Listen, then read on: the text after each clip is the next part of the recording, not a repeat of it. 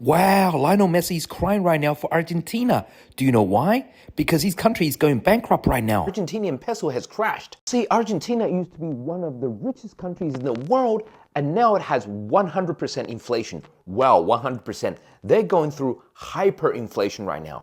And see, all of this has everything to do with gold, the US dollar, and Bitcoin values. Let me explain. See, since 2019, for the last 4 years, that's the US dollars can purchase 100 Argentinian pesos, and now it's at 500. So their currency has gone down 5x in 4 years because they have too much debt and they have too much inflation.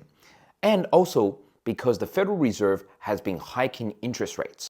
Now, we all know that whenever the Federal Reserve hikes interest rates, then you, as a mortgage holder, your interest rates go up as well. However, as a country, you have borrowings or debt that are denominated in US dollars, and you need to pay that back just like any mortgage or homeowner.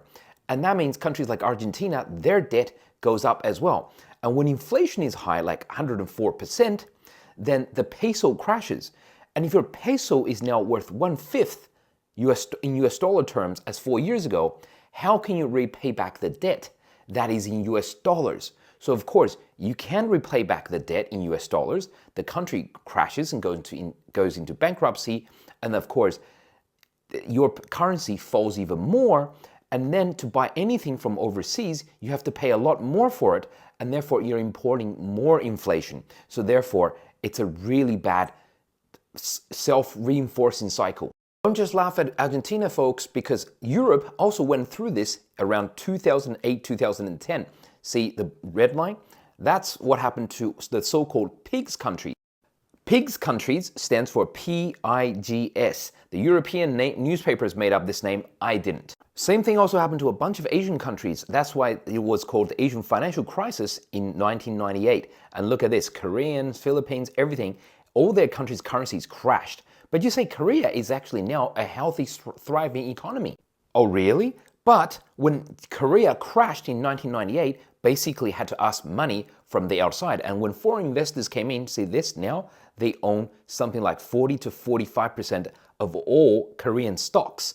They've essentially been controlled by foreigners.